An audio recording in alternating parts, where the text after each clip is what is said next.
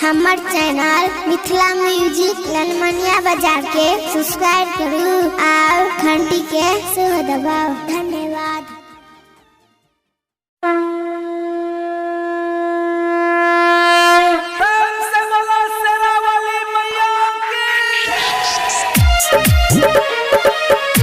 Music by Rakesh Mithun Brother। चलू ये भौजी लेके फूल के डलिया पूजा करैला माई दुआरिया। चलू ये भौजी लेके फूल के डलिया पूजा करैला माई दुआरिया।